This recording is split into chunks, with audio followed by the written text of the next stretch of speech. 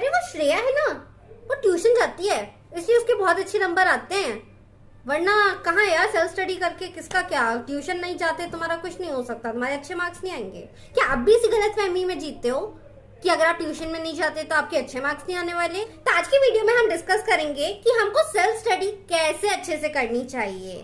फर्क नहीं पड़ता आप ट्यूशन जाते हो नहीं जाते हो, आप स्कूल में कितना पढ़ाई कर पाते हो, डजेंट मैटर। आपकी self study is the thing which can make a lot of difference in your life. तो आज हम इसी टॉपिक के ऊपर बात करेंगे कि हमें सेल्फ स्टडी कैसे करनी चाहिए, क्योंकि बहुत सारे बच्चों को आइडिया ही नहीं होता कि सेल्फ स्टडी हमें करनी कैसी चाहिए।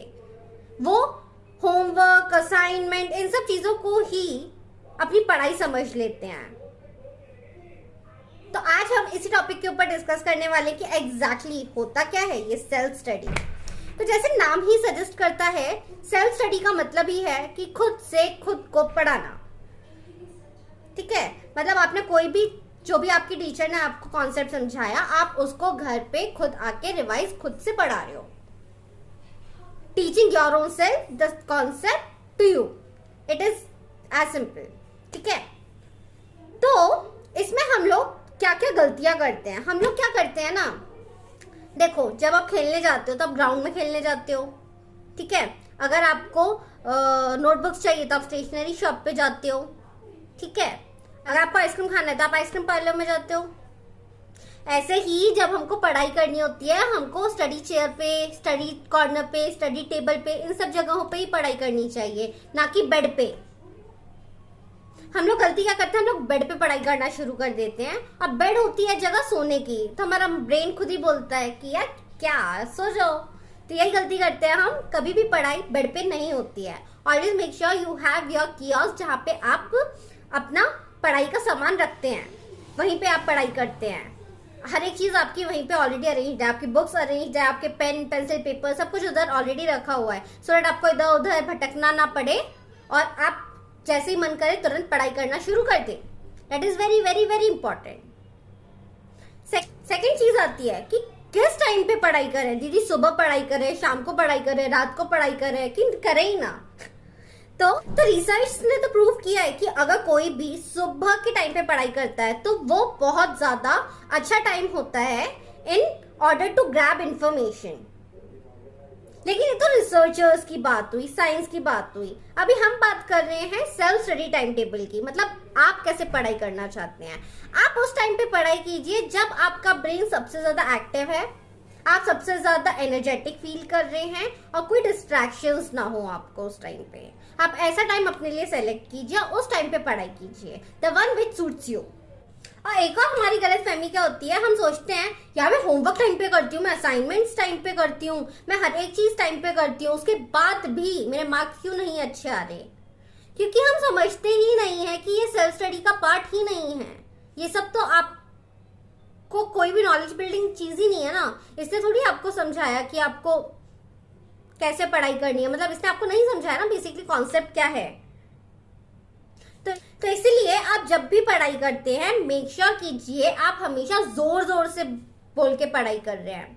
जब भी हम जोर जोर से बोलते हैं ना, तो हमारे डिस्ट्रैक्शन सारे खत्म हो जाते हैं। तो हमारे डिस्ट्रैक्शंस जब खत्म हो जाते हैं तो हम कोई भी चीज ज्यादा अच्छे से पढ़ाई कर पाते हैं, और वो सेम चीज ना रिकॉल होना शुरू हो जाती है हमारे माइंड में। तो this is a very effective technique. आपको हमेशा जब भी पढ़ाई करनी है, जोर से बोल बोल के कीजिए।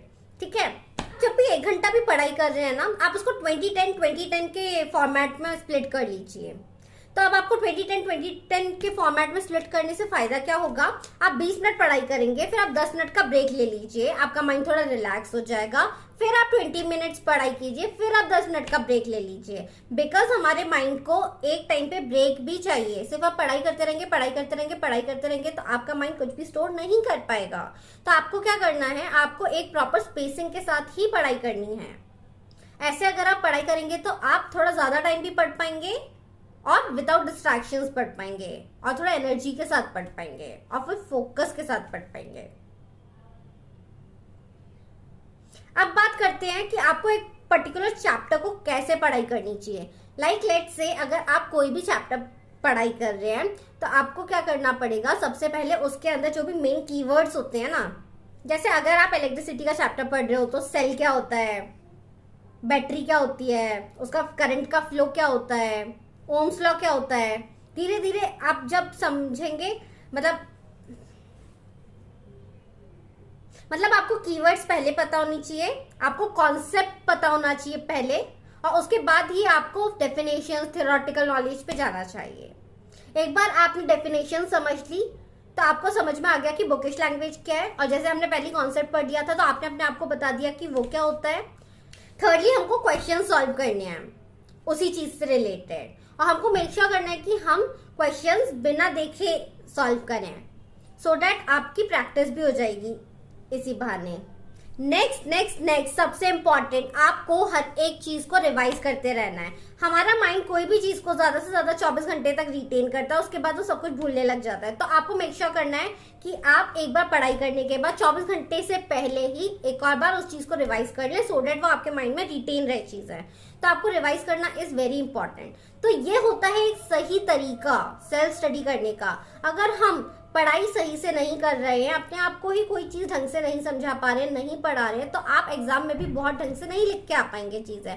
तो इसीलिए आप मेक श्योर कीजिए कि आप ऐसे ही जो टेक्निक्स मैंने बताई है वो सब फॉलो करें। और लास्ट में आप एक और स्पेशल चीज क्या कीजिए, आप एक ब्रेन मैप बना लीजिए, कॉन्सेप्ट मैप, हर एक चीज आप ही के लैंग्वेज में, so that it will be very easy for you to revise. I hope this video helps you, and अगर आपको वीडियो अच्छी लगी हो तो लाइक, शेयर, कमेंट सब कुछ कर दीजिएगा, और मेरे को कमेंट में ये भी बताइएगा कि आप अगली वीडियो कौन सी देखना सुनना चाहेंगे।